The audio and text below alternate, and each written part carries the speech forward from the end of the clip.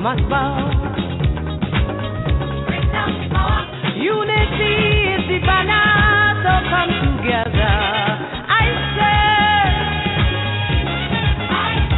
and this love is for freedom, it's growing stronger each day. Bring down the bomb, love, I say. The bomb, love, I say, is the greatest power to hell and damnation. Bring down the bomb, love to heal a nation.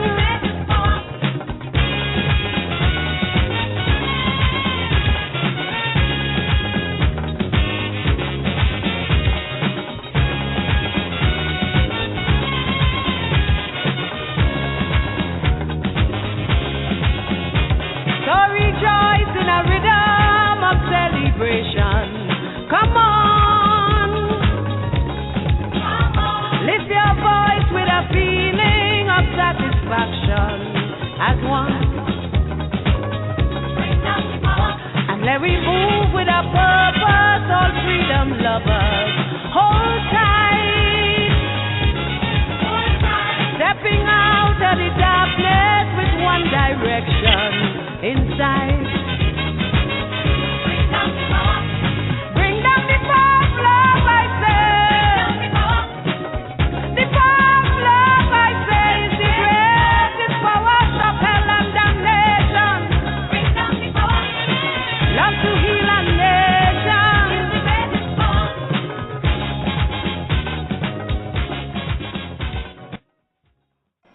Good week and welcome to ANU Asafo with your host, Brother Wole Ifa, and my co-host. Brother Ifa Wumi Ocean Daily. It's so good to hear your voice again, brother. But Yes, indeed. But before we get into that, shall we do the pledge? Of course. We remember the humanity, glory, and suffering of our ancestors, and honor the struggle of our fathers. We will strive to bring new value and new life to our people. We will have peace and harmony among us. We will be loving, sharing, and creative. We will work, study, and listen so we may learn so that we may teach. We will cultivate self-reliance. We will struggle to resurrect and unify our homeland. We will raise many children for our nation. We will have discipline, patience, devotion, and courage. We will live as models to provide new direction for our people. We will be free and self-determining. We are African people. We will win. We will win. We will win. Ashe, Ashe, Ashe. Moyuba. Thank you, Brother Ifawumi. Wow, here we are again for another week. This is my favorite place to be, and you're my favorite person to be talking to. How you doing this week, brother? I'm doing great. I had a great week myself. I'm glad to be here today. We have an exciting show. I'm just so motivated. Excellent, excellent. Well, let's get straight to it. Unfortunately, we start on a somewhat positive, a somewhat somber note. On last week, late last week, in the last couple of days, a ship carrying African immigrants to Europe caught fire and capsized off of the coast of Italy. And this was Thursday, and it killed at least 114 people. And as it spilled hundreds of passengers into the sea, many of whom drowned because of not knowing how to swim, officials said. Over 150 people were rescued, but about that same number of people are still unaccounted for. So the death toll in this accident has passed 100, Italian officials have said. So we all here at the ANU Spiritual Order join our lead instructor and spiritual guide, Haru Yuya Asan Anu, in sending out our heartfelt condolences to the victims of this tragedy, their families, and all of the African people who risked so much to try to find a better way of life and opportunity outside of their homelands. Brother Ifawumi? Yes, tragedy. that really touched all of us here. It touched the community throughout the world for this tragedy that has happened. And many of these people, many of them were fleeing persecution. They said the boat started in Libya. So we all know exactly what has happened in Libya just in a few months ago. A lot of these places, are just unsettled right now, just not ready for the, how can I say, to be up and running once a revolution has taken place. And I do feel so hard, or even pregnant women, drowning out there in the water. That's a horrible thing. It is. And Sister Cynthia McKinney, former candidate for president and congressperson out of the state of Georgia, has announced on her blog online that it's her understanding that the U.S. is still dropping bombs in Libya today. So they were leaving a war zone in their home countries, going through a war zone and trying to make it to a better thing. This is what Africa brought to Africa. I see. Well, moving on to a little happier news, a lot happier news. The big chief, Donald Harrison of the Congo Square Mardi Gras Indian Nation of New Orleans, is in New York City tomorrow.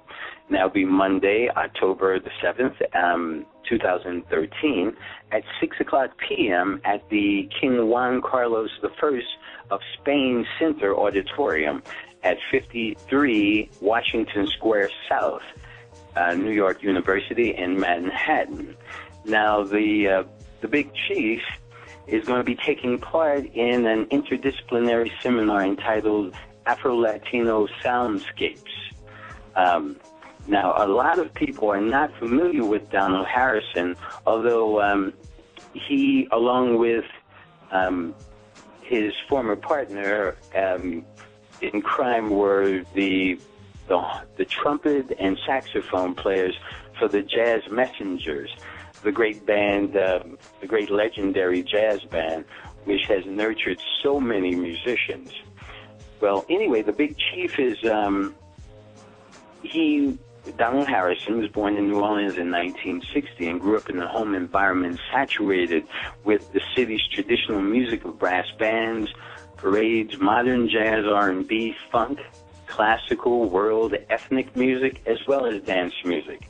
His connections to New Orleans roots were deepened by his father, who was the big chief of the Congo Square Mardi Gras Nation before Donald took over after his death. These Indian nations are a merge of the African and Native American groups that got together, both doing oppression and enslavement in this country in the 17th and 18th centuries. Now, the big chief is very well known. He's a groundbreaking musician. He recorded an album called Quantum Leap last year, which musicians and critics alike have termed the next step in jazz. So he also is the creator of the term nouveau swing, which is a style of jazz that merges modern dance music like hip-hop, R&B, soul, rock, and combines that with jazz and the New Orleans traditional music. So, in my personal opinion, the best saxophone player in the world today is a New Orleanian named Donald Harrison. Now, some can make an argument, and it's legitimate, that Bradford Marsalis, the brother of Wynton, might hold that distinction. But either way, if you can make it out to this lecture, and I'm sure he's going to give a little performance, it will be a truly, truly special and inspiring thing. And now, back to the global scene. Out of tragedy comes a new hope. A new cultural blog was formed Thursday of last week, and it was in response to a tragic plane crash in Nigeria. The blog is called Yoruba Culture and Tradition, and it is an African Yoruba tradition and culture blog aimed at enhancing the beauty and understanding of Yoruba culture, and most especially to increase their awareness of Ifa and Orisha spiritual systems. Now, this blog will be using verses from the Odu Ifa, the sacred Ifa, sacred scripture rather, and relating it to occurrences that happen in our individual everyday lives. Yoruba words and proverbs will also be used as a basis for topics covered. Now, this blog is started by the esteemed Araba of Oshobo, Ifayimi Elibuyibon, his daughter, whose name is Ifayimi C. Elibuyibon. And in her own words, she started this blog, she decided to write this blog on this topic because of an incident that occurred in Nigeria. An airplane crashed carrying the body of the late governor of Ondo State. He was headed on his way home to be buried, and the plane was full of his relatives, and the plane crashed, killing many and severely injuring several others. But luckily, among the survivors was the governor's son and the son of former Nigerian President Olusegun Obasanjo, who holds several distinctions in that country, including leading the country 2 times, one time as a military man, one time as a civilian, being the first person to pass on leadership from one civilian administration to another peacefully without military involvement. And it's a blessing that his son survived, and we're very happy for that. But in this first edition of the blog, the sister Elibuyibon explains the concept of Afua, which is Afua occurs when the spirit of the dead is not at peace or is angry at the living. Afua refers to a situation where several untimely deaths may occur within a small time frame after the death of a person in a family, household, or town in general is not celebrated correctly. The correct traditions are not observed. So Sister Ifayimi C. Elibuyibon has distinguished herself by carrying on the fine tradition of her father, the Araba, in reaching out and teaching. And we need that so much in the West, and we just want to wish her all the best with that and urge everybody to go and learn from her.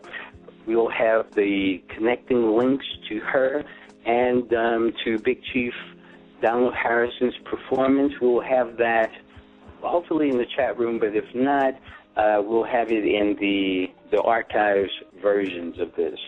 And finally, we want to let you know that we have a special guest waiting on the other side of this break, and his name,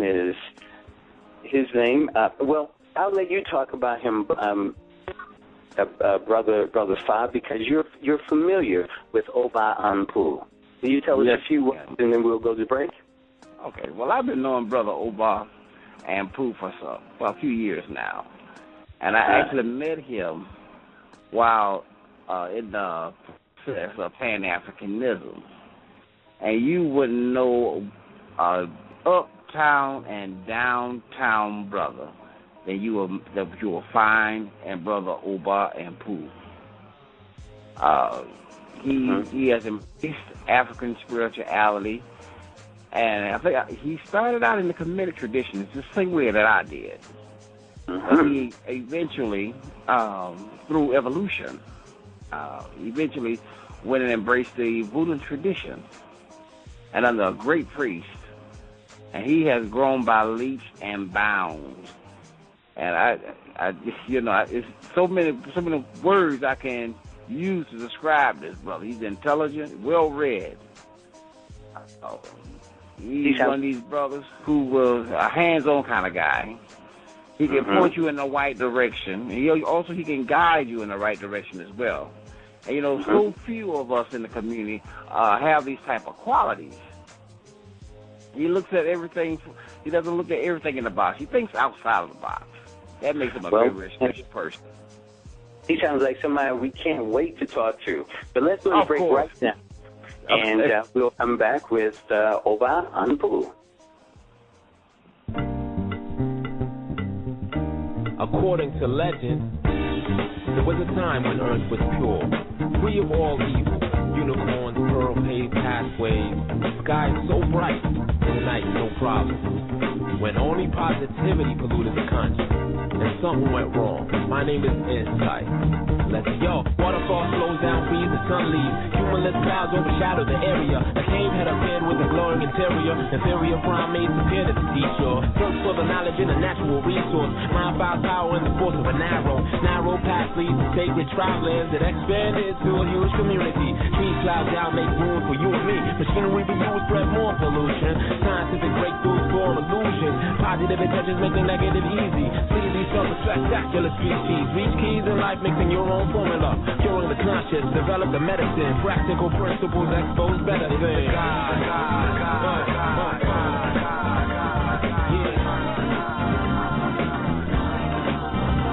It's the God.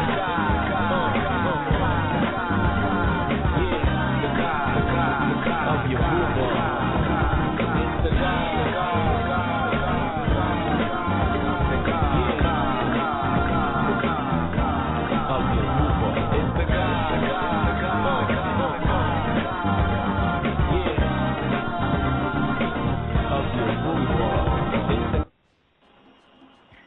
Okay, welcome back. It's 19 minutes after the hour, going on 20. You're listening to the ANU Asafo show with your host, Brother Ifa Wumi, and I'm Brother Wole Ifa. We're about to sit down and talk to Oba Anpu, who is the most fascinating person. Oba Anpu is a Pan-African nationalist who believes that our liberation lies in gaining true power. That's through economics, politics, intellectually, and most of all, spiritually. Oba Anpu believes that the only way to achieve this is through a profound and deep knowledge of self, rooted in an African-centered etymology and pediology construction, solely based on an African paradigm. And most importantly, to return to our original spiritual systems, like our Voodoo, Orisha, Netaru, Obasom traditions, and our spiritual cultivated ancestors. Oba Anpu is also what is known as an autodidact, which is a self-taught person. He shares that distinction, as a matter of fact, with the Araba of Osobo. We just mentioned him and his daughter, Ifayimi Elebuibon, another self-taught person.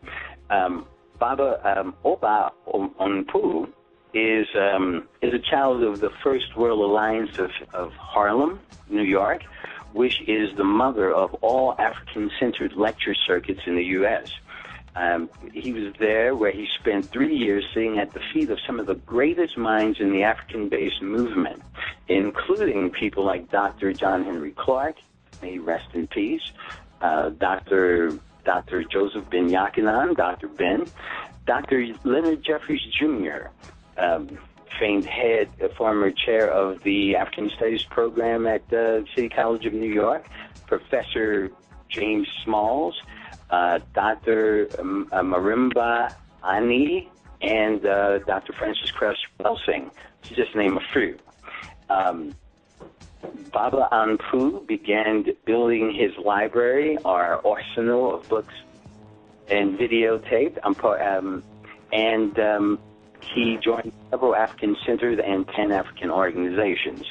He's a former member of the Association of for the Study of Classical African Civilizations, the All-African People's Revolutionary Party, which is founded by the late great leader Kwame Ture, also known as Stokely Carmichael, rest in peace, and the Black Holocaust Council of New Haven, Connecticut.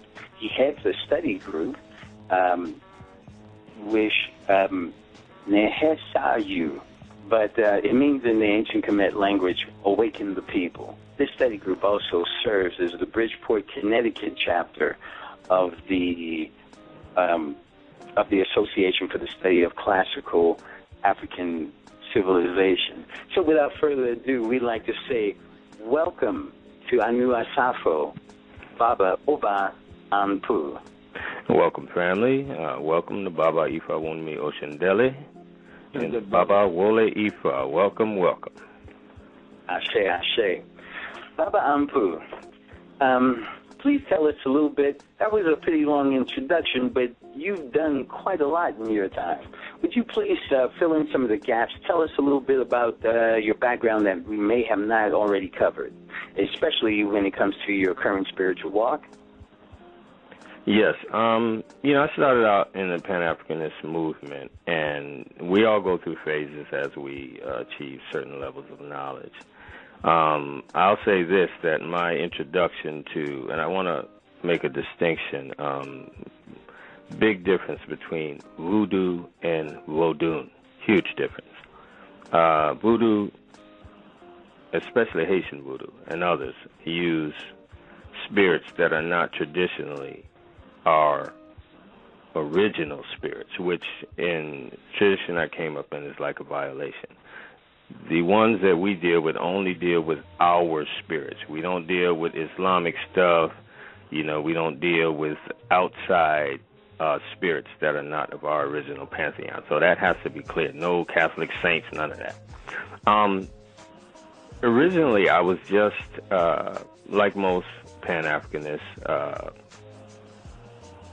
patting the ground, dealing with our current condition, but there wasn't a spiritual connection.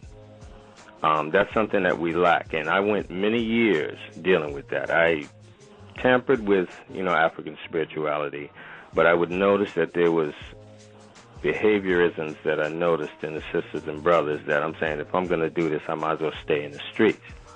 So that kind of turned me off. I said, one of the things I think about a spiritual system is it must have character development built into it. But I read a book years ago, Let the Circle Be Unbroken, by Sister Donna Richards, now known as Marimba Ani. And it asks some fundamental questions. Can we be African without African ritual?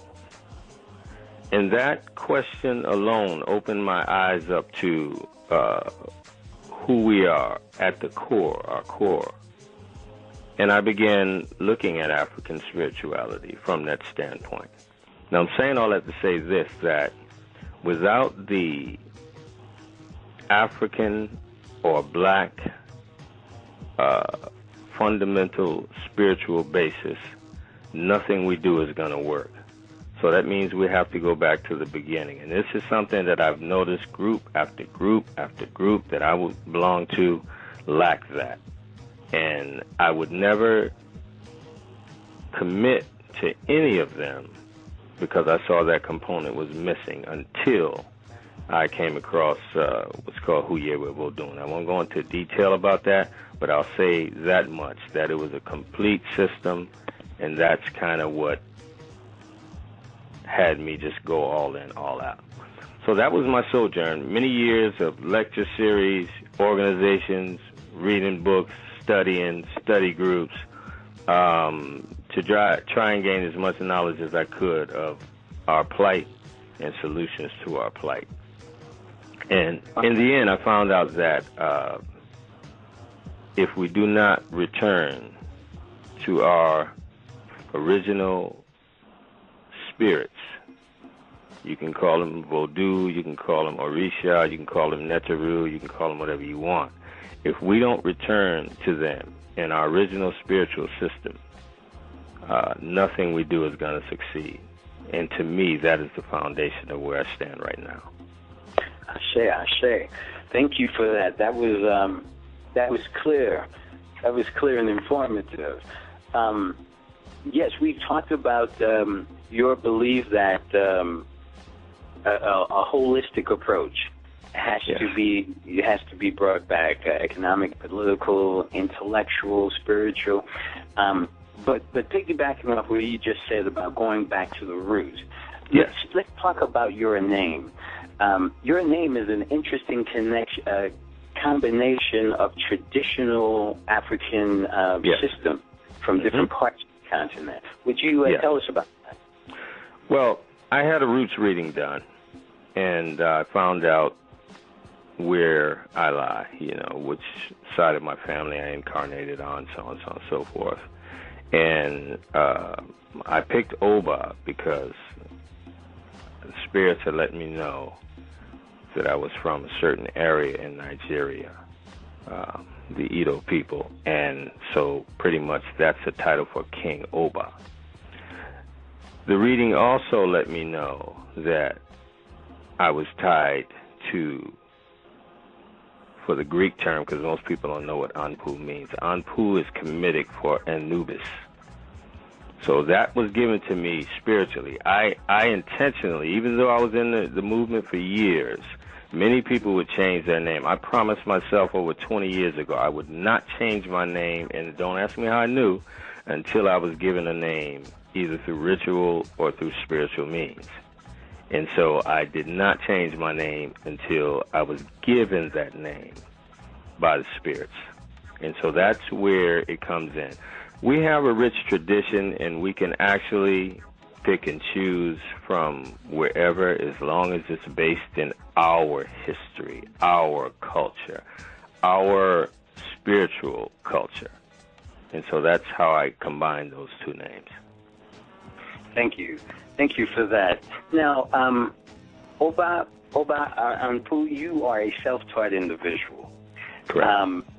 And right now we're in this big transition about education, and more and more people are becoming aware to the notion that it is important to educate our own kids.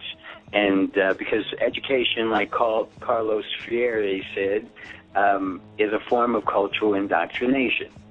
So being a self-taught individual, what are some of the differences you see in your own approach to knowledge in education that you find is different with some of your colleagues who've been, let's say, more formally educated? Well, I was blessed, man. I was introduced to the Pan-Africanist movement by a good friend of mine. The brother, when I met him, he had 2 PhDs. 2 master's degrees. He was a research chemist for many years, and he also was probably one of the people that I've met that has more books than me. It's not many. Very well taught. He was the one that introduced us to the Harlem community. He had been going there for years. And I watched this brother who had a combination of, the Roots Foundation as far as our knowledge and history and the Western academia. But he blended them perfectly. So I was impressed with that. The differences are clear. It is very problematic to get degrees from our historic and cultural enemies. They designed their educational system. They designed it in a way that suits them. They're at the center, very Eurocentric. And we as being African people cannot embrace someone else's ideology, culture, history, so on and so on and so forth, without it affecting us in many ways, deep ways, spiritually, so on and so on and so forth. So the difference being, once you have a profound knowledge of yourself through studying African history, it opens up many areas of your being. Physically, of course, mentally, spiritually. And that knowledge alone transforms one. I'm not the same person now that I was prior to getting this knowledge. Every question that I'm presented with, I have to ask, how does that relate to my people? My reference point is always us. Everything I think and do, I always have to say, well, how does that relate to my people? I'm not thinking from a European paradigm, so therefore things fall in place. For instance, one of the things that I found out when I was going to Harlem was we had the intention as a group, we had the motivation as a group, but we lacked the funds. And I'm saying that to say this: when I looked at the enemy, even if they were doing dirt, they had resources behind them. Even if they had to sell drugs, they had resources behind them. I'm not implying that we should sell drugs. I'm just making a point that they made sure they had an economic foundation to whatever it is they did. And I noticed that we as a people would lack that. And I'll say this, that there's an issue here. We're talking about economics, which we need economics, politics, and culture. There's an issue here. We're going to open up a can of worms. Everyone knows that the European is steeped in his version of spiritual sciences that he uses to enslave the entire world. Everyone knows that even on his money, it's full of symbols. You know, most of us aren't symbol literate, but their money's full of symbols. Now, what happens in modern times when we, as spiritual people, have as the system of trade the use of the Europeans' money in exchange for initiation, so on and so on and so forth? Do we do rituals to block these symbols on the money as we're exchanging hands with the money, with their face on it and with all the symbols on it? I'm saying all that to say this, that we have to think about this, that if indeed the European is putting, for lack of a better term, spells on his money, and let's say for an initiation it cost me $10,000, I'm giving up $10,000 of European money with 10,000 or more spells on it, and I'm exchanging hands with another brother or sister. We have to ask the question, does that affect us negatively? I'm saying that because you see rampant corruption in the majority of temples, priests, you know, doing all kind of dirty stuff and, you know, jujuing each other, so on and so on and so forth. I think that we need to look at that, because it's not just a matter of us engaging in spiritual practices. We really have to look at what kind of energies we're exchanging when we're dealing with this Europeans' money, especially, you know, residuals that may be inside the money. I see. On that same note, you know, you're the first guest we're having who's going to participate, who's agreed to participate in a new segment we're calling the hot button questions. The ANU Asafo hot button questions, and that's going to be conducted by Brother Ifawumi in a moment. And after that, he's going to do a cultural spotlight on voodoo. But you're an initiated voodoo priest, and Vodun. To voodoo, there's a big difference, and that's why I pointed out in the beginning. Vodun, and voodoo are not the same. Please tell us about some of those different lineages of what started out as Vodun and has morphed into different things, if you would. Well, I'll give you what I can. I'm not qualified to go in depth, but I'll give you what I can. It's pretty simple. We originally had a pantheon of spirits that we worked with. This is centuries before the European even came out of the caves. Those are our original elemental spirits, Neteru. We also have our Nananam Insamanfo, our spiritually cultivated ancestors. All of us have them. That is our root, our basis. Christianity has infected Africa for 2,000 years. Islam has infected Africa for hundreds of years. And others have brought this up. We have been educated by these Westerners, including the in a very patriarchal Western white worldview and concept. So we believe that we can live in this man's world and integrate whatever he's bringing to the table with what our ancestors had. Can't happen. Cannot happen. And as a matter of fact, it is an insult. We dishonor the memory of our ancestors when we try to integrate these other people's culture with our culture. And almost down to the man, it is an epidemic in African spiritual community, black spiritual community. So there are some that are purists that understand that if they want our spiritually cultivated ancestors and the original elemental spirits, helper spirits, to work with them, they cannot violate those principles.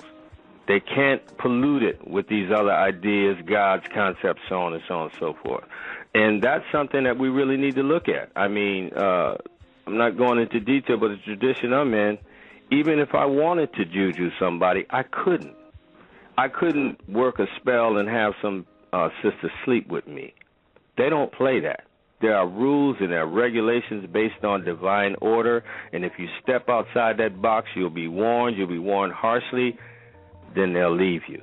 And once they leave you, you're left to these wicked spirits. And the overwhelming majority of these people out here, unfortunately, because I talk to them, I hear other priests talking to me about what's going on, they're dealing with wicked spirits. Because if they weren't, they wouldn't be able to engage in some of the things they engage in initiating whites, and I can go on and on and on. So those are the differences. So it behooves us to find out who the original spirits and find out how to return to our original, let's say, spiritual concepts, spiritual ideas, spiritual groups. Because if we don't, we're going to continue seeing the mess that we're in right now. And this is why, not trying to, cut anyone off, I had to specify the differences between voodoo and Vodun. Of course, people interchange them, but that's not good. It's not good at all. Sounds good. Sounds clear. Understandable. Now, are you familiar with the Palo Mayombe system? Yes, most of the... Oh, I'm sorry. Go ahead. No, I mean, and do you see that as a possible way of getting to a more rootsy understanding of African traditional spirituality in general? Not at all. Santeria, Palo Mayombe, you can go on and on and on. These are all systems that are working with wicked spirits. This is what I'm taught. And when you look at them, most of the diasporan spiritual traditions, that's what they do. We had to survive. We had to, in some cases, disguise what we were actually doing. So we added in different pantheons from different areas. And from what I understand, that's just not acceptable. Not in a system that's functioning according to divine order. Now, it's not going to stop people from doing it. But what happens when you're in Ile and there are priests in there that are getting paid to juju people to, do stuff outside of divine order? What happens when that goes on within that group and it's unchecked? Is there a spiritual penalty to pay for the whole group? How can they work with the same spirits when you have individuals in there that are engaging in this kind of behavior? It's got to affect the whole spiritual body. So that is the issue with most diasporan spiritual systems. And I don't expect everyone to agree with what I'm saying, but clearly there's a problem. I've been a member of the Pan-African Spiritual Practitioners Network for about 2 years, I guess. And I've spoken to many, many, many priests and priestesses, especially the sisters. Now that you brought it up, I got to bring another point up. Please do. In most cases, they are rife with patriarchal wannabe brothers. And I've had it out with many brothers and come to find out they really don't even know what patriarchy is. They think that patriarchy is a man running a household. It's so much more. Patriarchy and white supremacy are two sides to the same coin.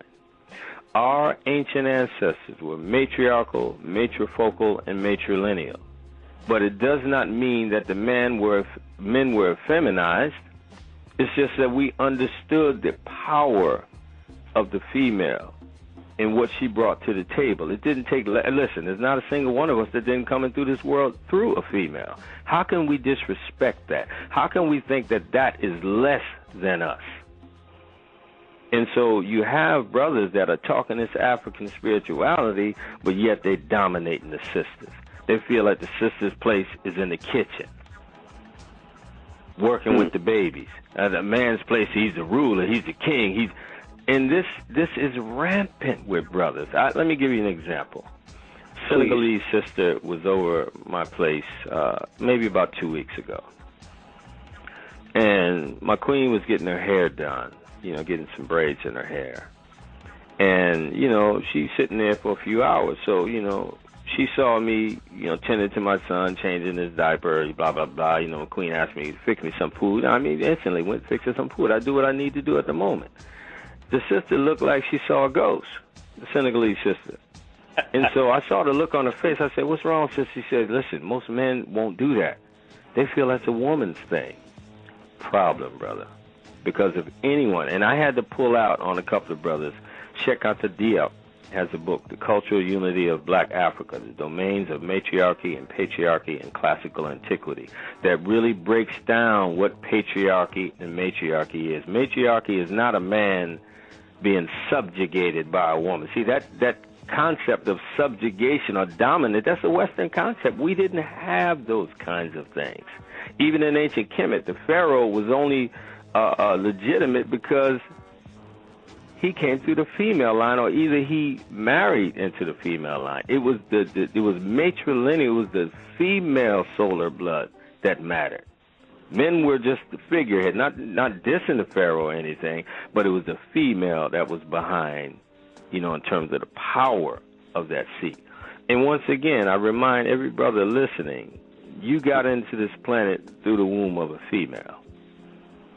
The first meal you ever ate when you came out of her womb was from her breast. I tell people, and some brothers debating this, is foolish to me. Child can wrap his lips around my nipple for the next 200 years. He ain't getting no milk. You understand what I'm saying? It's not going to happen. So we need to stop lying about this. Men can give up breast milk. Stop that foolishness. You know better than that. Men can't give out no breast. We don't have the equipment, the gland. We don't have it. So my point is that if we don't return to the honoring, don't get me wrong.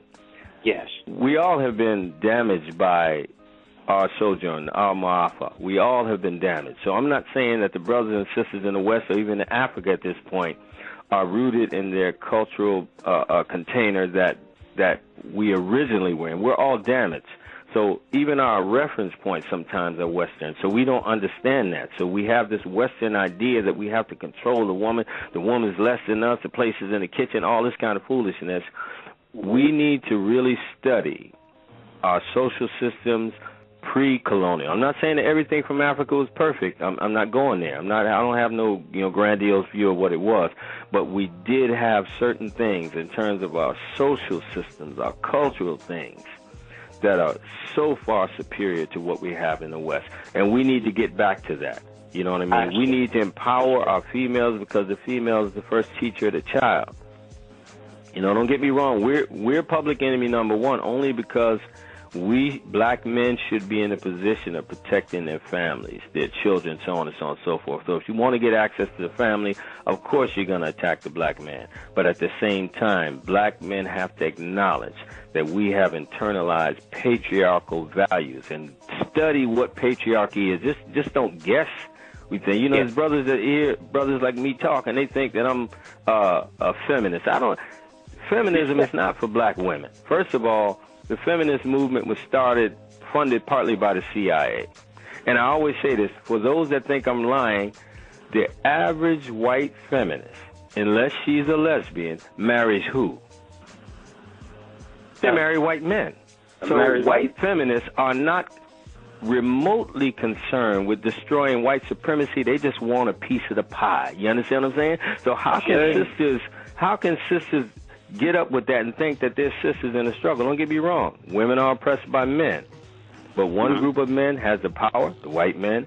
The other group of men are powerless. And because of their fundamental powerlessness, they feel they have to dominate the woman. So we have to get out of that, study our systems, our spiritual systems, our political systems, our cultural systems, and try to reconstitute our families. But it's not going to happen. I would say 80+% of the black men that I talk to and meet have patriarchal values, and a lot of times they don't even know they have it. So our charge is to study the differences between patriarchy and matriarchy. And I asked the brothers to get that book, Shekanta Dips. It's a light blue book. It's called The Cultural Unity of Black Africa, the Domains of Matriarchy and Patriarchy in Antiquity and Classical Antiquity. And he breaks down what each system is. And I guarantee you, once the brothers really understand the difference between matriarchy and patriarchy, it's going to change their minds about, how they deal with their sisters. Oba Anpu, you're teaching and we're loving it, but please, would you give us your contact information? We have questions coming out of the wazoo, and we're not going to be able to get to all of them. That's okay. Generally, you can contact me on Facebook, Oba Anpu. Inbox me, and I'll return to anyone that, feels they need to reach out and contact me. For your host on the program, I'll give you my personal information, but you got a lot of kooks out there, and I don't know if the enemy's listening, and I don't want my inbox flooded with, foolishness. So Facebook is good. I can always delete the page if they overwhelm me, but Facebook, you can catch me, Oba Anpu. Excellent, excellent. I have just one question for you. I need to know for my personal knowledge. Then I'm going to give you over to Brother Ifawumi, and he's going to ask you some of the real questions so the learning can continue. I'm at that age where I had the experience of seeing Dr.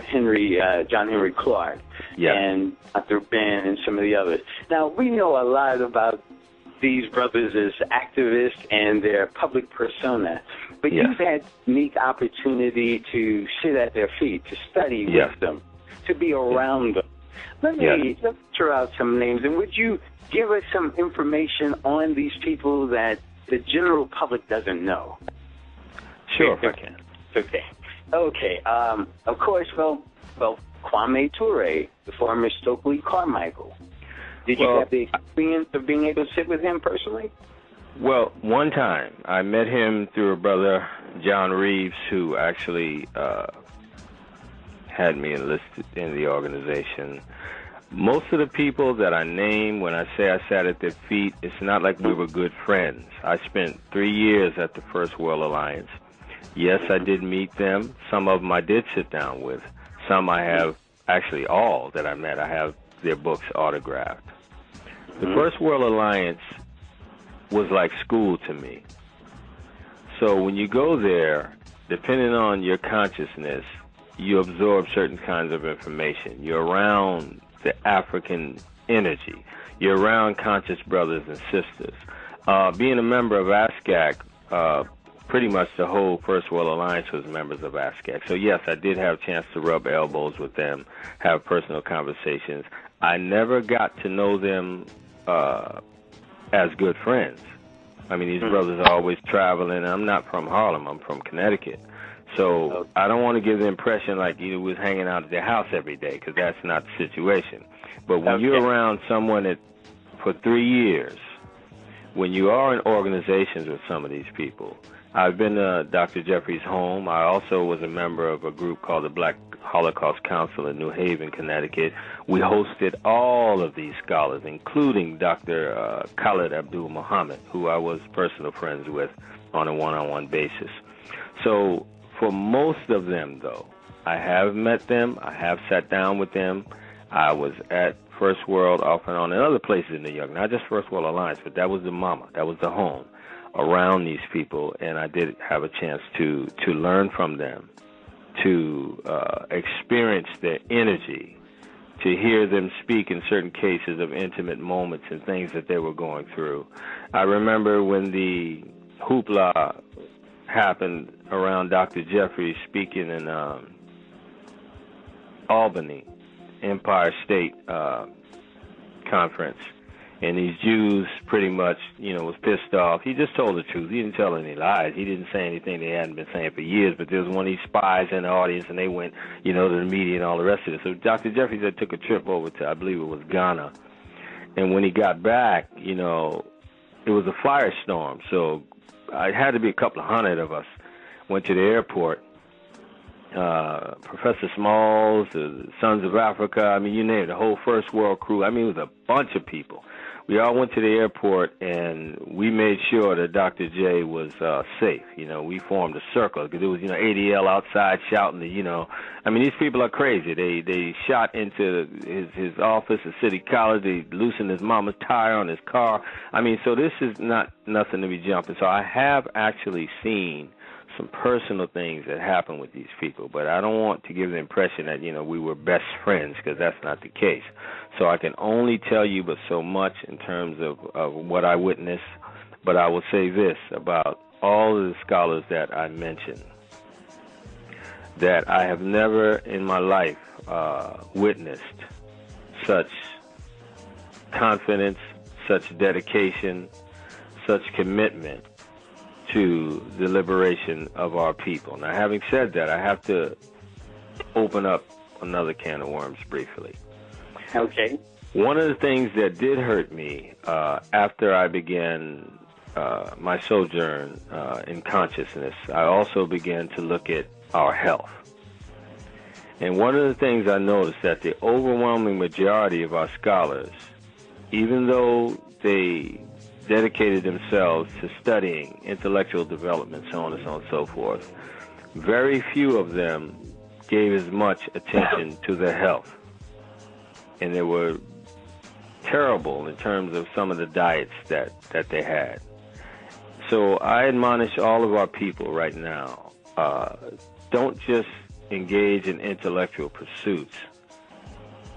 Find out what foods we should eat to maintain our health.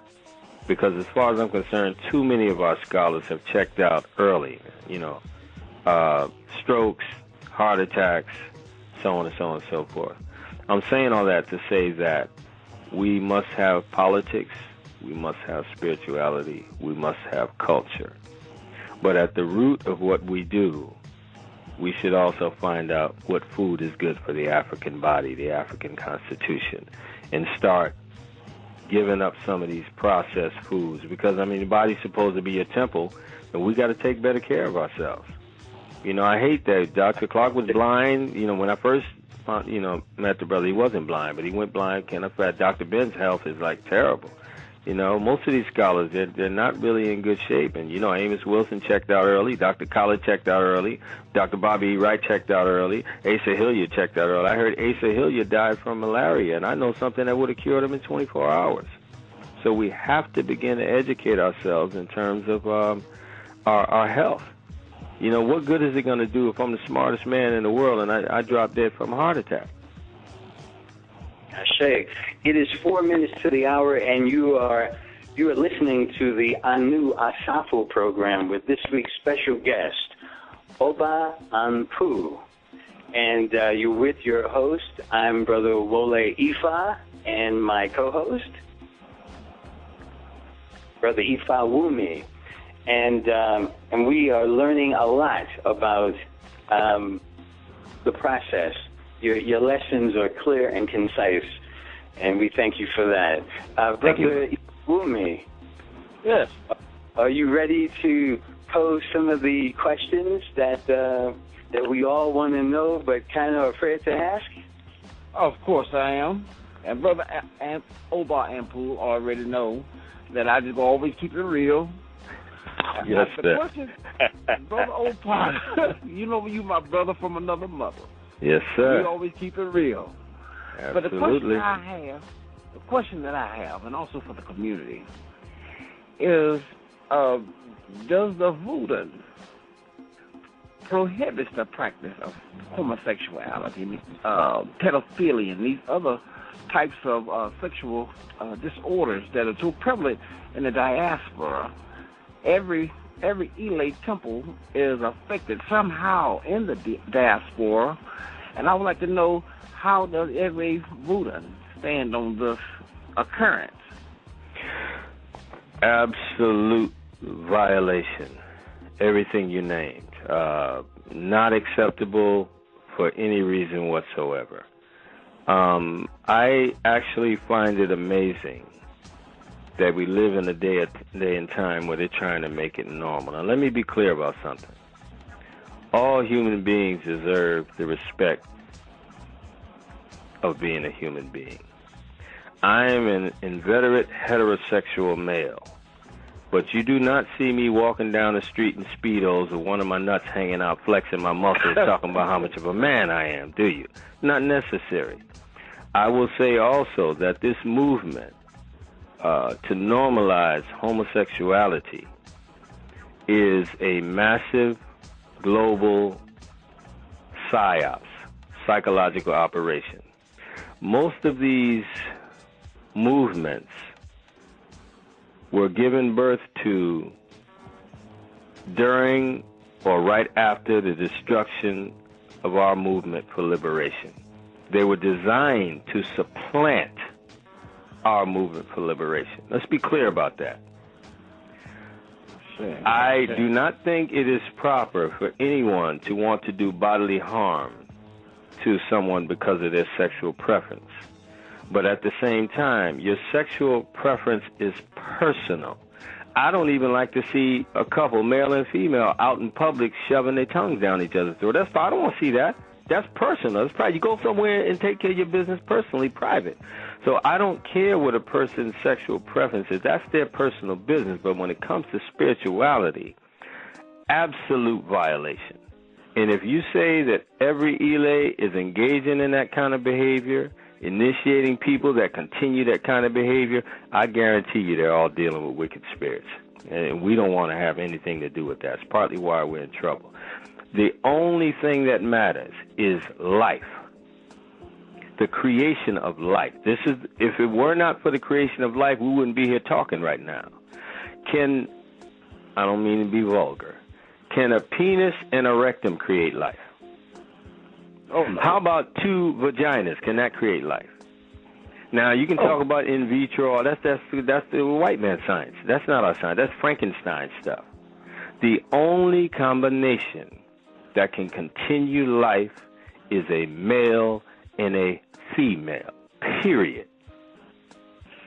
And there's no way in the world that anyone can have me embrace two men being together or two women being together. But is there a spiritual cure? We know there's a problem that exists, but is there a spiritual cure? I am not sure about that.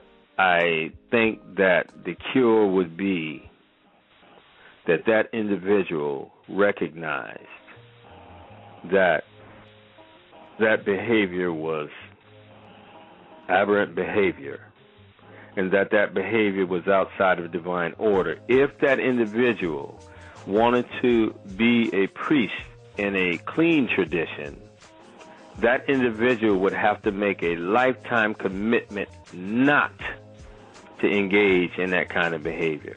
So let's say even if I had a cure, if that person's heart is not in a place where they understand that they can no longer live that life anymore, the cure is not going to help them. They have to, in their core, they have to want to stop for spiritual reasons or other reasons. Unfortunately, that's easier said than done. I haven't seen any success personally. I haven't. I'm hoping that I can, because whoever that individual, be he male or female, if they actually succeed, then they can be an example to others who are struggling with that. But there are some that are absolutely happy with it. That's where they want to be, and I don't have a problem with that. But don't tell me that it's sanctioned by anybody's creator, because that's nonsense. And this is what I use as a barometer. I've challenged people on this. There's all kind of rumors going out saying that African people engage in that. I challenge people to show me any historical documentation of a scholarly nature that says that we engage in that behavior prior to being exposed to these Europeans and Arabs and so on and so forth. That has not been met to this day. No one has been able to give me documentation. There's some recent people saying we did it, but it's not based in history, not at all. We had rites of passage. Males were males, females were females. Even if there were, let's say, some type of hormonal imbalance in one of our people, they knew that that behavior was so taboo, they would never try to make it normal. So even if there were individual cases, it never became normalcy, and it was never accepted from the tip of Africa to the top of Africa. That's a Western thing. The first signs of homosexuality that I can see, we find in the ancient Greeks. And historically, I read the book. I think it's Herodotus' book, too, Euterpe, where he's discussing, Socrates. And they were saying that the majority of the statesmen in ancient Greece believed that the only true love was between a man and a man. That they pretty much felt that a woman was just used for procreation. Believe it or not, you got Christians running around here, agape and agape like it's a good thing. Guess what agape was? Agape was the Greek. You usually see a grown man with a beard with a boy sitting in his lap riding on his penis. That was agape. Man to boy love. Straight up. Yes, and you got people naming their churches after it, their groups after it, their movements after it. We need to understand we can't take someone else's cultural container and just run with it. You don't look at what they say it is. You study history and you see exactly what it is it was in the beginning, because they changed so many concepts and ideas. When they originally created the concepts and ideas, there was no need to change it. It was a creation right then and there. They told it like it was. Then it gets to a point when it becomes politically expedient for them to change the concept of it. But the root, the foundation of it is what it is. Homosexuality, bisexuality, or the brother said dissexuality, none of that was accepted or is accepted by a truly clean African spiritual system, period. I appreciate that, Brother Oba. At this time, we have to take a short break, and when we come back, I have only one more hot-button question to ask. Yes, sir. All right. Greetings one and all, and thank you for listening to ANU Asafo this Sunday. I am now bringing you the ANU Nation announcements on this beautiful segment of ANU Asafo. We want to first thank you for tuning in once again and being a supporter and participant in this journey of the Asafo as dictated and governed by our ancestral call. We would also like to thank our Chief Jugna, Haru Yuya Asan Anu of the ANU Spiritual Order, and head instructor of the Sedulu House Spiritual Center for his continued guidance and support. Look out for the new student forum that will be created on the seduluhouse.com website. That is SADULUHOUSE.com. This forum will be exclusive to the students of the ANU Spiritual Training class series. Chief Jugna Haru Yuya Asan Anu will also offer free as well as supplemental classes to registered students and the general public. And now for our upcoming shows. Please tune in next week on October 13th when we will have the amazing Kwesi Ra Nahim Pata Akan. And on October 20th, we will be bringing you Mwalimu Baruti, the author of Complementarity, as well as Homosexuality and Effeminization of African Males. He will be discussing homosexuality in traditional African religious settings. On November 3rd, we have Olowu Faseye, who is the founder and head priest of the Faseye Institute for the Study of Nature, in which he will discuss holistic approaches to healing the mind, body, and spirit through African spirituality. Also, if you are an Mfundi and would like to participate on the ANU Asafo show, please respond to the link on the ANU Spiritual Training Facebook page or email omilade@seduluhouse.com. That is OMILADE @seduluhouse.com. Also, in other happenings, please check out the newest release from ANU Publishing, Natural Hair for Young Women, in which Felicia Terrell ANU discusses holistic approaches to natural hair care for young women. Natural hair care for young women can be found at anu-bookstore.com. That is ANU-BOOKSTORE.com. Also, look out for ANU Publishing's forthcoming book on shell readings, which will cover the Sacred 16 Major Odu and the casting of the Meriden Lagoon. As always, please make sure to tune in to Chief Jugna Haru Yuya ANU during his Foundational Fridays broadcast, which airs at 7:30 p.m. Eastern Standard Time on Blog Talk Radio. If you or someone you know has a background in spiritual sciences and is committed to bringing a broad spectrum of spiritual and metaphysical information to an international audience, please contact us at anunation.org.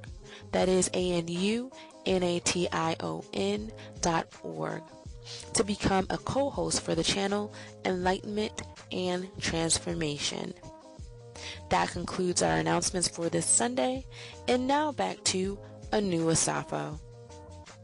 Okay, it's 9 minutes after the hour, and you are listening to the ANU Asafo show with this week's special guest, Oba Anpu, and I'm your host, Wole Ifa, and my co-host, I'm Brother Ifawumi Oshundele. And Baba Oba Anpu. I really enjoyed our converse thus far. But I have one question that I need you to answer either personally or either through your tradition. Yeah. And then, can a white have a black soul or a black spirit? Please explain this to me, because that's a ruling thing that's going around in the diaspora. When I meet some whites in the tradition, say they have a black soul, and I find that confusing. And my Ori does not agree. But the question to you, can you please answer that question for me? I can tell you what I have been told. It's not something that I did divination on, but I have been told that, let me put it to you this way. There are some who look white, right? But they're not. In that case, yes. But if they are truly white, it's not possible. Not possible. So yes, there are some who understand this. There's the miscegenation factor. There are plenty of black folks that have just blended in. You know what I mean? They just made sure they got with somebody lighter, brighter, and down through the generations they pass for white. It would depend on that issue that I just talked about. There are a lot of whites or people who look white. You got phenotype and you got genotype. Sometimes phenotypically they might look like one thing, but if you look at them genetically, there's something else. So in my estimation, this is my personal opinion, I would think that would be the deciding factor right there. Okay. Now, a question that I have. Now, I have some friends who are biracial. Yeah. Now, those biracials who are basically several generational biracial, as opposed as in the Louisiana, where you have octoroons who were several generations of mixed in with white.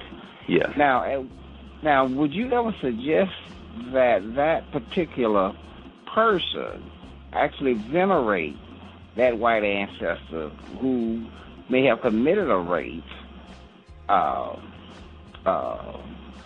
in that family line, in that bloodline? We've had this discussion in the PAN, and there are some who venerate just as much their Caucasian ancestry as they do their African black ancestry. My tradition would not allow that, period. Okay. I mean, they're very strict. There's some things they're just not going for. That's one of them. no white nothing. I mean, it's just not something that I could accept personally even. That's another reason why I really was drawn to this tradition. It just hit me at such a deep level. This is like what I've been looking for. I didn't like the compromising position. I didn't like the fact that, you know, whatever was politically correct at the time, these so-called spiritual organizations were going along with it. I didn't like the fact that they were infiltrated with all kinds of crazy people. I didn't like the fact that there was, you know, pedophilia and homosexuality. I didn't like any of that. I just could not commit to it. When I saw that kind of behavior, I instantly backed up. But once I found out about this tradition, Huyewe Vodun, and that they function according to divine order, the tradition functions according to divine order. Divine order is the only modus operandi. I really appreciated that, and I got in at breakneck speed. So to answer your question again, brother, for my tradition, no venerating whiteness, period, hands down. No excuses, no compromising. Another question that I have right here is, the question is, at what point does the Vodun, the Orisha or Oba Anpu leave the shrine? There are some violations in which they may end up leaving the shrine. Can you share with us some of those violations? Yes. Anything that would fall outside of divine order. Some that would come to mind automatically would be homosexuality. And I'm not saying this in any hierarchical order. I'm just going to mention them. Homosexuality, lying maliciously, cheating, I would say definitely pedophilia, dishonoring your spiritually cultivated ancestors by paying homage to whiteness, of course murder, you know, things of that nature. The basic things that most of us know we shouldn't do clearly are outside of divine order. So the laundry list would be probably more than we have time to detail, but the core things that we're dealing with. Once again, I had mentioned earlier, and I brought this up outside of the question I was asked for a reason, because it's coming to me intuitively about this money thing. We know that there are symbols on these dollar bills. We know that the European engages in spiritual sciences to enslave the entire planet. Once again, thousands of years ago, when we had our traditions and we were initiating one another, the white man's money didn't exist. So we didn't use his money for initiations because his money didn't exist. He didn't exist. Let's jump to now. We live in a time where he's dominating the globe. Those of us in the West that use his money have his money. He created that money. He knows what spells, symbols, whatever's on that money. What effect, if any, does it have when we in our spiritual systems are exchanging someone else's tool that definitely has symbols and spiritual stuff in it? Definitely negative, because the money is fiat money. It's not even made by the government. It's a private institution. Federal Reserve is not federal. What effect does that have, if any, on us when we're exchanging? Let's say it was some kind of a spell in each and every dollar. What happens when I pass 10,000 of those to my godfather or whatever? What happens, if anything? We need to ask that question. As a matter of fact, I would challenge any priest or Babalawo on here right now. Please do the divination on that. And let Brother Ifa Wunmi know whether or not that my query has any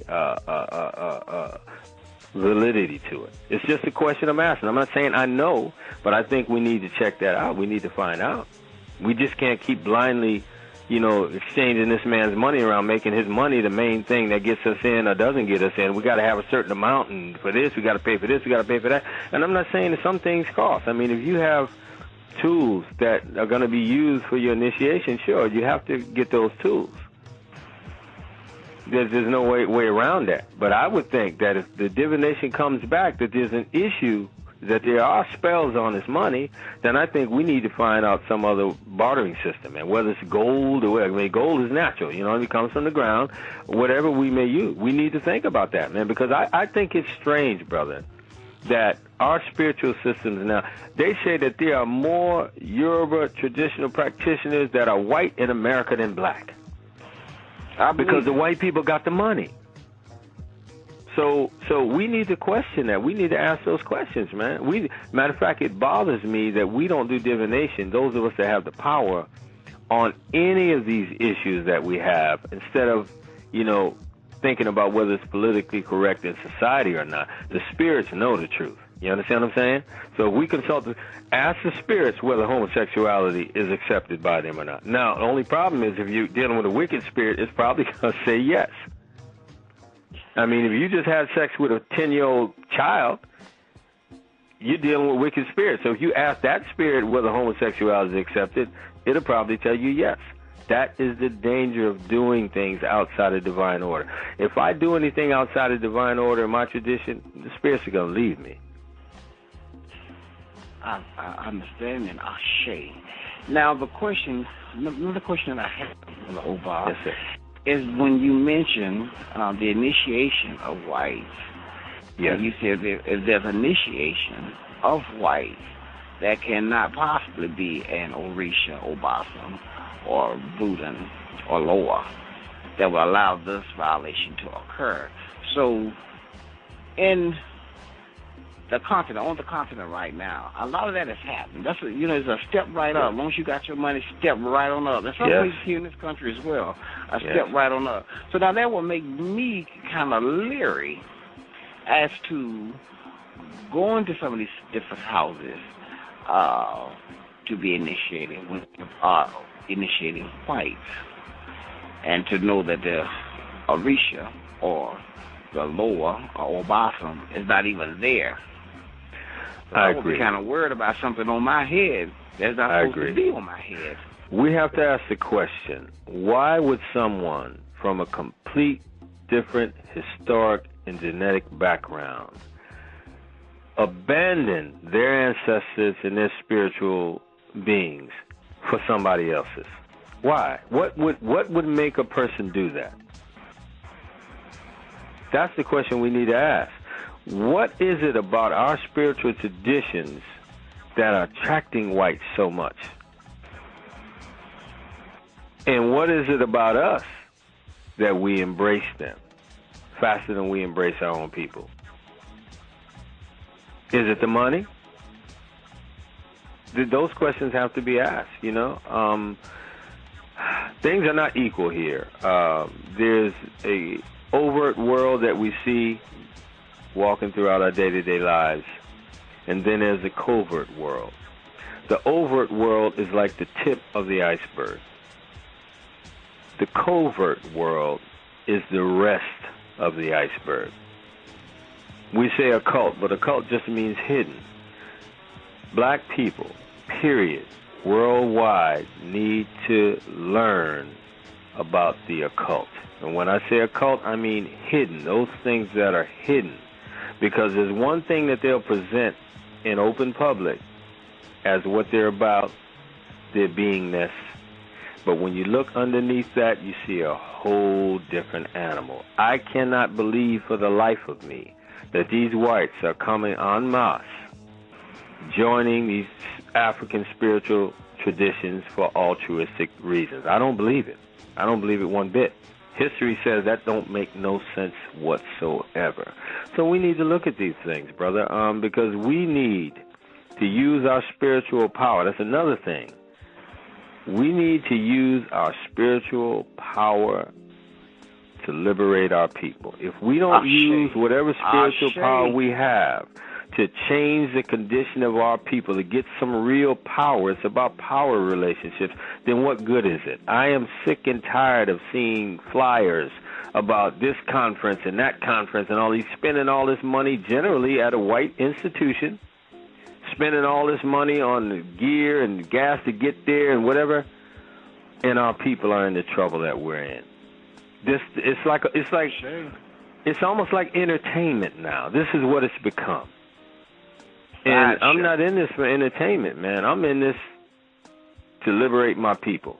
You understand? And I understand the only way for that to happen is to return to our original spiritual traditions, Orisha, Obosam, Neteru. That is the only way. There's no other way around that. And so if we find that certain kinds of behavior is a violation, we got to leave it alone. If not, you're going to be left to the wicked spirits. And yes, they do have power. They're not as powerful as the divine order spirits, but they do have power. So you can still do some of the stuff that you did when the good spirits were behind you, but there's always a price to pay. When is it? I look at the community as like the universe. Yeah. Now, with the issues that our community have really been suffering from police brutality, or even being publicly lynched, Yes. particularly the Trayvon Martin situation that had happened. At what time do we in the spirit community, across, like Obama says, reaching across the aisle, either reach across the aisle to the Vodun or to a Khan, and we come together in front of our altars and our shrines for divine justice?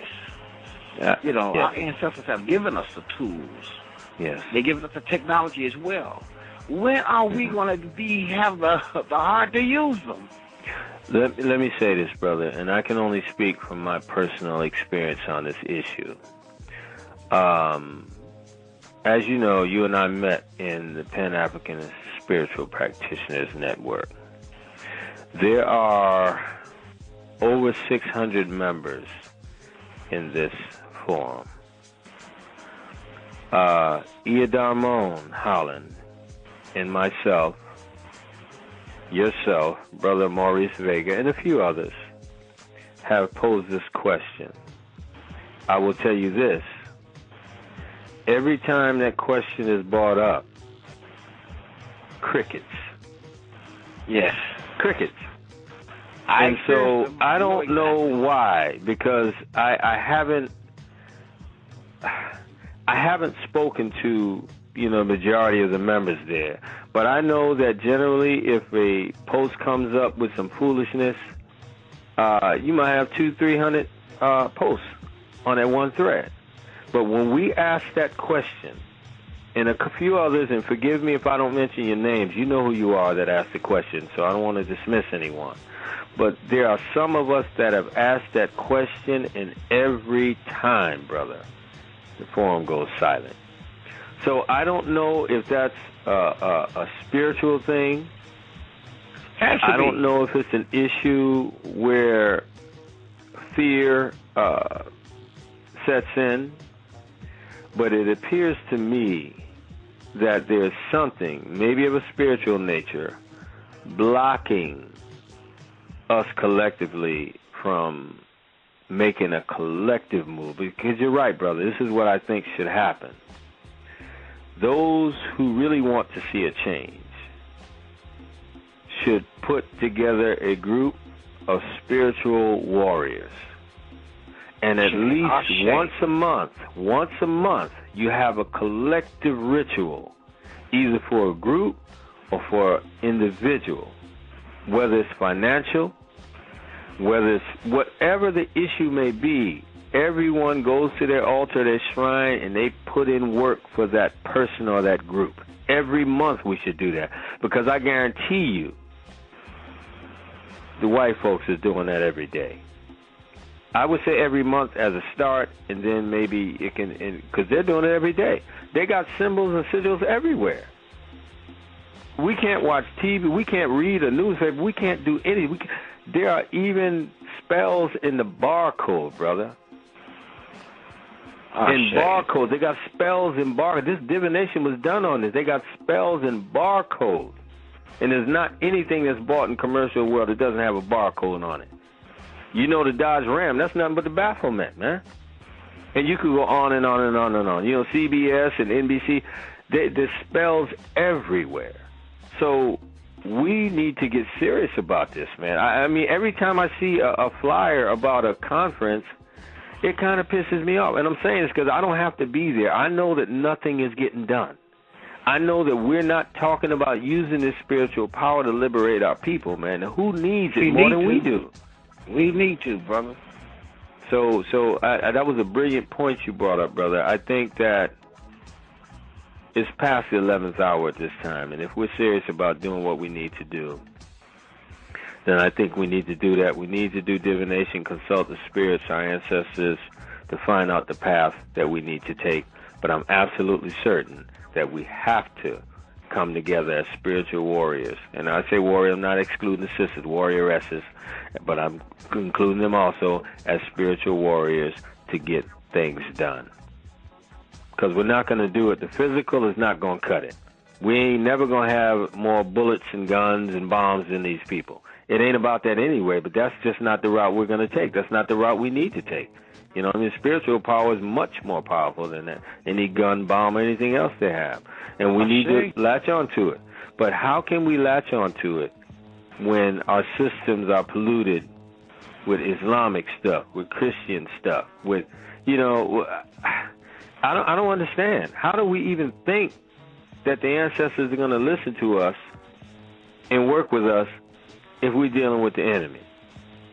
We in our temple meditating, praying, or whatever, and we got some cracker kneeling down next to us. I'm not trying to be funny, but listen, man, they just shot the sister in D.C. Now, first of all, the whole story stinks to me. You know what I mean? There's too many confusing things going on. The bottom line is she was a 20-some-year-old mother with an 18-month-old baby in the car. You understand? And what they're not talking about is they were doing military drills at the same time. We don't know what this sister saw to make her think that her and her baby was in danger. Now, if you're in the car with your baby, then let me just give you an example. You're in the car with your baby and you see some stuff going on and think that maybe your baby, what would you do? Would you just sit there? Or would you hightail it the hell out of there and run over any and every goddamn body that got in your way? So my point is, even if she did have, you know, postpartum depression, they didn't have to shoot this. They shot her, 11 times? You know what I'm saying? And then, what worse than that, I don't know if y'all know, and I'm sorry for digressing, but this is important. On Capitol Hill, one of the white dudes get on the mic, and he asked for a standing ovation for the mall police, and he got it. I'm talking about a resounding standing ovation that lasted at least a minute for murdering a 20-some-year-old female with her 18-month-old baby in the car. This is who we're dealing with, man. I don't know why anybody would want to sit side by side with these folks. Don't get me wrong. I know there's some good white folks. But it's up to these good white folks to handle the bad white folks. If you're serious about being a good white person, you can't just be a good white person and you sitting under the arm of white supremacy and it's cool because you're still supposed to be a good white person, but you're doing nothing about white supremacy oppressing the rest of the world. So you handle your people. You handle your people that's doing dirt, then maybe we can live together side by side. You want us to handle our dirt in our community, that's our problem. Well, you handle yours. There's only a couple out there that's doing it, like, you know, white boy Tim Wise. And no, I don't forget he's a white dude. He's still a white dude. So if he wound up saying some racist stuff, I'm not surprised because he's a white dude. He's doing the best he can, but he knows he's still benefiting from white supremacy. He himself said he wouldn't be in the position he was in if he was black, saying the same thing. So we have some work to do. As far as our youth, and that's the question that was brought up, how can the spiritual systems of black people help our youth? The sad thing is we should be introduced to these spiritual systems in our developing years. Unfortunately, most of our youth have already been corrupted. And there are very few of them that are going to actually change their behavior because it's been ingrained in them at this point. I'm 55, but I'm absolutely shocked at how any reasonable human being can convince themselves that you walking around with your butt crack out is cool, it's acceptable. But yet we know there are millions of young black men that have bought into that. At this point, everyone knows it's the prison culture married onto the rap or street culture. We know this. You know, they take your belt off, they take your shoestrings off, so on and so on and so forth. But my point is that we have too many young men that feel it's okay to walk around with their drawers outside of their pants. Now, if I was to step to one of these young men, no matter how respectable I did it, 9 out of 10 times I'm going to get some flack. You might get one that say, okay, brother, you know, you're telling the truth, but then he's got to worry about his boys. You know, they're all walking around with their butt crack out, so if I come there with my butt crack not out, then there's going to be a problem. But we have to deal with that. We need systems, but we need funding, brother. This is what bothers me. How in the world do we think we can get anything done broke? Really? How do we expect that's going to happen? We need funding. Now, we're not talking about being a capitalist, but we need funding if we're going to get anything broke. If we had any kind of movement, even if it was a paramilitary movement, the moment the white folks stop the food from coming in, what's going to happen? You think we're going to still stay there with all our guns and whatever behind the barricade with no food? These people are in charge of our food, our water, our shelter, everything. And for those that think they're free, and excuse my French, I say to them, how you going to say you're free and you can't even wipe your ass without calling Mr. Scott Tissue? You can't do it. So these are issues. In my personal opinion, I'm not happy. I'm totally dissatisfied living in a world where these people have that much power over me and my people. I don't like it. That's why I'm about to jet out of here first chance I get. I'm out of here. I'm going to Africa. You understand? The country that seems to be the only country that's got some balls is Zimbabwe. You know, Mugabe ain't playing. Right he ain't taking no prisoners. You know what I mean? He shut them down. You know, so, but my point is, we should be allowed to grow, develop spiritually, mentally, physically, unencumbered by these white folks, man. It's never going to happen in America. They got their hand up your behind and down your throat, and they ain't taking it out. You understand what I'm saying? We need our awake elders. We need the awake elders. You know, the problem is proliferating like that is because the elders are silent. I agree. And we don't know why. We don't know what they've seen.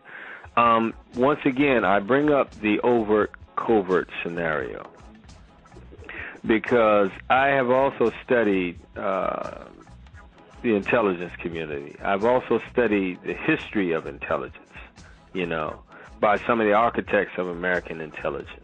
And one of the things that we have lacked, no matter what kind of movement we had, to my knowledge, we have never had an intelligence organization or association that engaged in counterintelligence.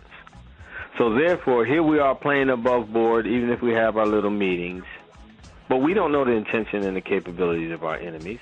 Therefore, it's easy for them to infiltrate anything we have and destroy it from the inside. Any people that have total freedom on their mind must, by necessity, create an intelligence organization. And I've asked time and time again, if we have one, somebody name it. I can't. So now, is that excluding spirituality? No, because in the African tradition and the black tradition, it was impossible for us to even imagine a concept of spirituality being separated from anything else in our lives. But at the same time, at this point, we live in the physical world, so we must also take into consideration those physical aspects of our existence. We can't just think we're going to focus on spirituality and not the physical. If that's the case, let me initiate in one of these organizations without any exchange of physical money. You think I'll get in? Nope. So this is an issue that we as a people need to deal with because there are psychological operations being carried out on us on a daily basis. Some of these killings, brother, these extrajudicial killings, I've said this before, I believe are ritual initiations. I brought that up on a number of occasions. Now, I can't prove this. I can do divination on it. But I believe at least some of them are. because it's an epidemic, man. It's an epidemic. You know, they have all kind of means to stop their sister's car. You know, they could have just circled it with 4 cars. Where was she going to go? You understand what I'm trying to say? They can bust the window open. As the 4 cars got her car enclosed, they could have busted the window open and tased her, anything. They didn't have to shoot her 11 times, man. You know? Then they going through her apartment in Stanford looking for bombs and anti-government. I mean, just all kind of foolishness. I'm saying all that to say this. There's something fishy about that also. But back to my main point. If we had a spiritual tradition where certain groups, their job was to do divination on any issue that we had, we wouldn't have to sit around and guess, is this, is that? We would know, because the spirits are not going to lie to you. They're not programmed to lie to you. They never lie. We don't see that happening. We just don't see it happening. And I see, you know, Babalao this and Baba this, you know, online, and they talking about this conference and this, and nobody's talking about using that spiritual power to get our people where we need to be. None. Collectively. Oba Anpu. Oba Anpu. Oba Anpu. It has been a delight to sit with you this week, sir. It's been a privilege and an honor. Yes, indeed. I'm honored. Thank you very much, brother.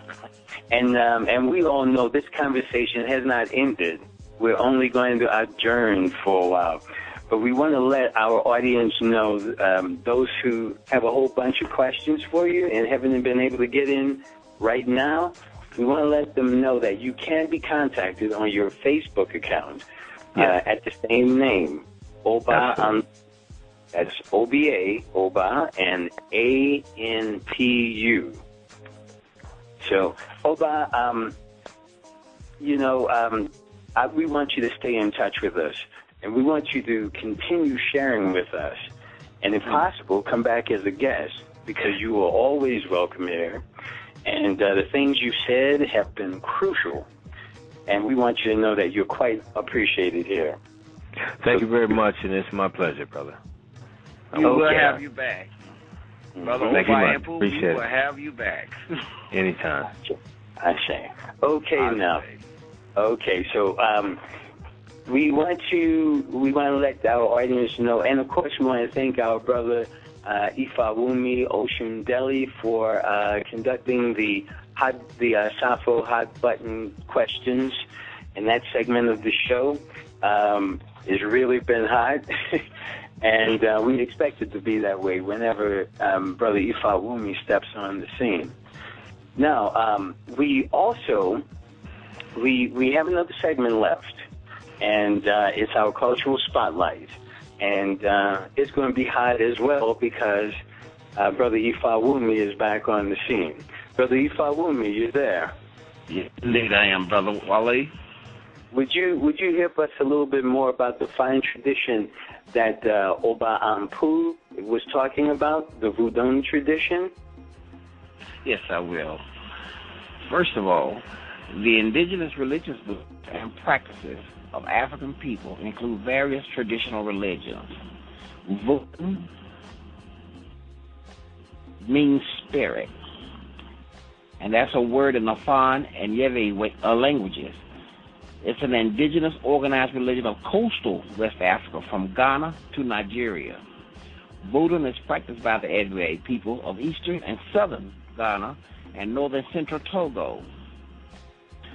Vodun cosmology centers around voodoo spirits and other elements of the government of the earth, a hierarchy that range in power from major deities governing the forces of nature and human society to the spirits of individual streams, trees, and rocks, as well as dozens of ethnic Vodun, defenders of a certain clan, tribe, or nation. The Vodun are the center of religious life. Patterns of worship follow various dialects, gods, practices, songs, and rituals. Vodun recognize one god with many helpers called Orisha, Obasa, or Loas. A single divine creator called mainly Mawu or Nana Baluku is an androgynous being who in one tradition bore 7 children and gave each rule over a realm of nature animals, earth, and sea. The Creator embodies a dual cosmogonic principle, of which Mawu, the moon, and Lisa, the sun, are respectively the male and female aspects, often portrayed as the twin children of the Creator. Lisa, the male, Mawu being the female, were married twin siblings of Nana Baluku. They are the Creator deities, occasionally combined as Mawu Lisa, which is an androgynous deity. Mawu Lisa created the world and made it orderly, then made plants and animals and humans. The entire process supposedly took 4 days. The first day, Mawu Lisa created the universe and humanity. The second day, the earth made suitable for human life. On the third day, humans were given intellect, language, and the senses.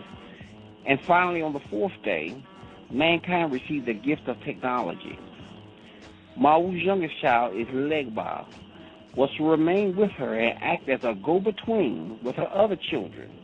In some clans, he is young and virile, while in Haiti, he takes the form of an old man. Other deities might include Wata, goddess of the water, Gu, ruling iron and smithcraft, Zapata, who rules diseases, and many others. All creation is considered divine. Therefore, it contains the power of the divine. This is how medicines such as herbal remedies are understood, and explains the ubiquitous use of mundane objects in religious ritual. Contrary to popular belief in West African Vodun, spells are not cast upon someone. Vodun is only a spiritual path in which an important part is devoted to the realm of the ancestors. Even if the origin of humanity and the world are explained in Vodun mythology, it is not a centered question of the faith. The followers believe that the answer to such question is beyond human reach. Priority is given to the ancestors with them, interceding on behalf of their families and descendants toward the Almighty. If an Almighty Creator is recognized in Vodun pantheon, the believers do not address themselves to that particular deity. Only the Loas, the messengers with the help of the dead, have that access. In order to communicate and pray, every clan and sometimes each family group have their own Vodun, sometimes called an Ansanyif, as Vodun can also be translated as the spirit of those who have passed before us. The family Vodun is often associated with a known higher spirit of the standard pantheon, but is distinctive to each family. This distinctiveness of the clan Vodun is also an assertion of identity and worshiping process specific to a family collective. In Togo, about half the population practice indigenous religions, of which Vodun is by far the largest. European colonialism, followed by some of the totalitarian regimes in West Africa, have tried to suppress Vodun, as well as other African indigenous religions. However, because the Vodun deities are born to each clan, tribe, and nation, their clergy are central to maintaining the moral, social, and political order and ancestral foundation of its village. These efforts have not been useful. Recently, there have been moves to restore the place of Vodun in national society, such as the annual International Vodun Conference held in the city of Oida in Benin that was held since 1991. What is more devastating is that to attribute this practice of Vodun religion only to Benin and Haiti would also deny the millions of Africans throughout the diaspora their birthright.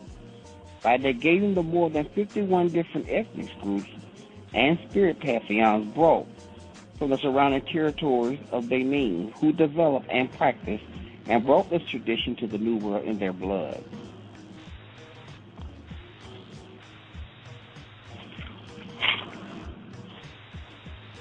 In truth, Vodun is 20,000 years old tradition which predates Christianity, Islam, and Judaism, replete with all of the elements that would define it as a religion proper. With ancestor veneration and service to the nature god at its core, It is arguably the oldest religion in Africa. During the Mayafa, in the New World, it became absolutely essential to rip the African from all familiar ties to their native Africa. This especially included disconnecting them from the main source of their ancestors' spiritual power and inspiration, which were their religion. The Europeans both abhorred and feared African religions because they worked, not through dark magic and trickery, but rather due to the intimate relationship of service, devoutness, and worship the Africans cultivated over centuries with their gods and divine ancestors. And since these religions are connected through the ancestral blood of the Africans, this power could not be exploited and sold as a commodity. As a result, African religious practices were brutally suppressed. Their spirits were labeled demonic. Their sacred shrines were destroyed. Its priesthood murdered. They were prevented from honoring their ancestors, erecting shrines, performing initiation, carving sacred images, and making sacred drums. The Europeans' fear was such that harsh laws were enacted and enforced through imprisonment, torture, and death to prevent the transmission of the sacred knowledge to future generations. One might find in some denominations of Vodun superficial aspects of Western religion, liturgy, and indigenous practices incorporated into his local practices. An example of this in the New World is the use of Catholic saints or the use of communion by some shrines and denominations in the Vodun religion. However, the saints are not the voodoo gods, nor is communion necessary in the actual practice. Today in the New World, Haitian and American have blended with some elements of both indigenous and Western Christian beliefs and practices. However, this is not the case in Dahomean Vodun, as it is practiced in Togo and many parts of Benin and southwest Ghana. Additionally, what is important is to keep in mind that if one were to remove the indigenous and Christian elements from the Vodun religion, it would not lose any of its integrity, for all the major aspects of the Vodun religion throughout Africa and the diaspora remains uniquely African. And that's what I had today on the Vodun tradition. Brother Wale? Hey, Ashe. Thank you so much for that, brother. Ifawumi Oshundeli, you are truly a teacher. And of course, we'd like to take the time to thank our special guest this week once again, Oba Anpu. And again, for all of you who may still have questions for Oba Anpu, he can be reached at his Facebook account of the same name, Oba Anpu, and that's spelled traditional spelling OBA, capital ANPU, Oba Anpu. And Brother Ifawumi, that was a very informative presentation on the Vodun tradition. Excuse me.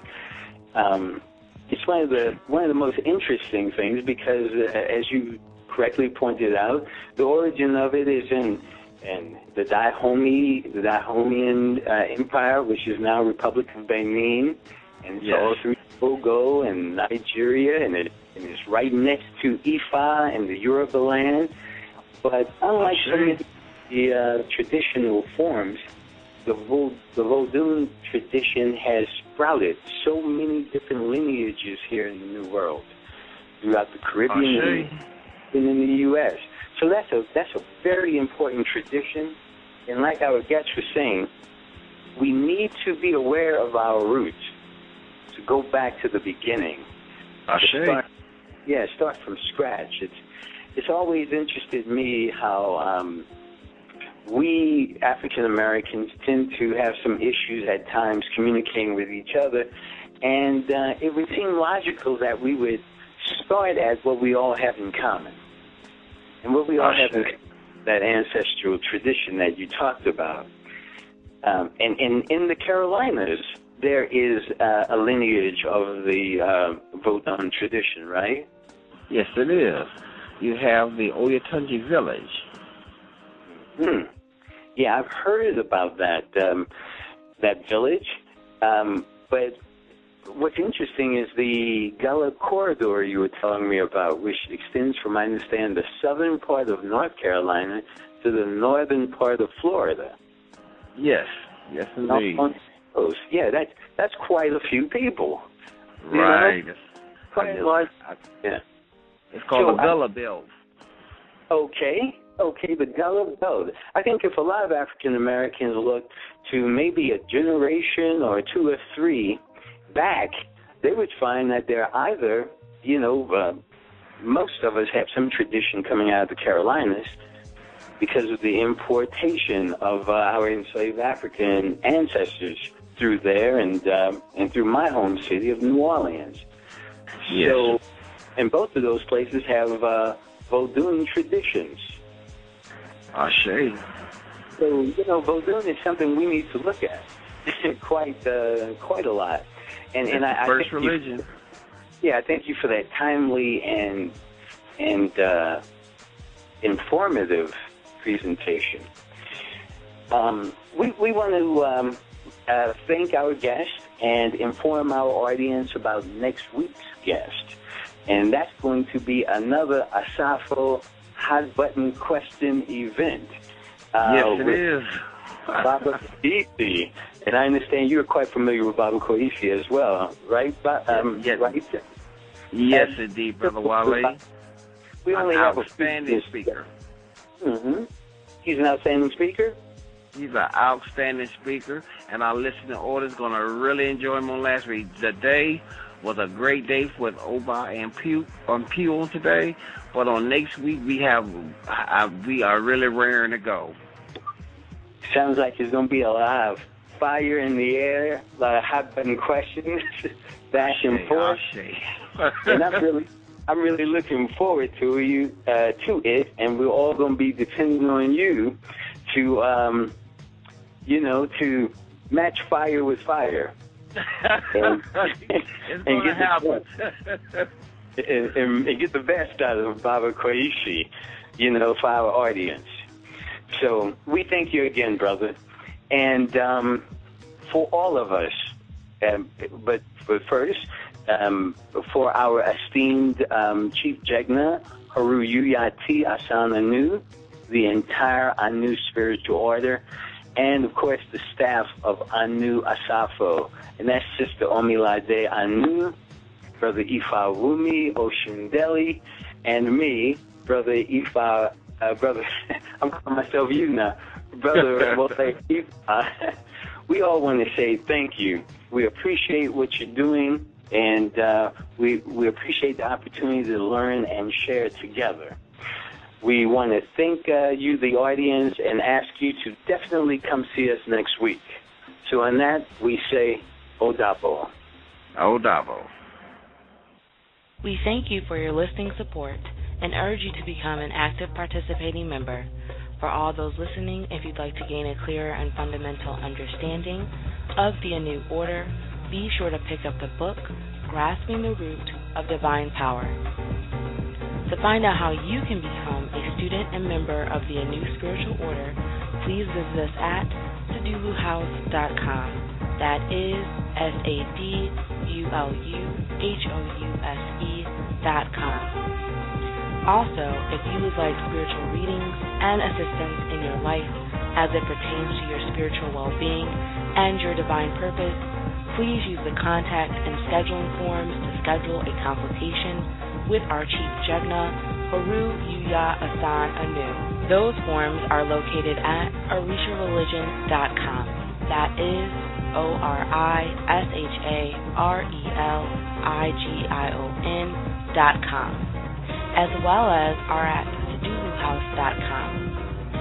Also, sign up for the ANU newsletter for the latest happenings in the ANU community. The newsletter can be found by going to ANUNation.org. That is ANUNATION.org. If you'd like to become an on-air guest or sponsor on ANU Asafo or any of our other broadcasts, please be sure to contact us at questions@ANUNation.org. That is the word questions at anunation.org.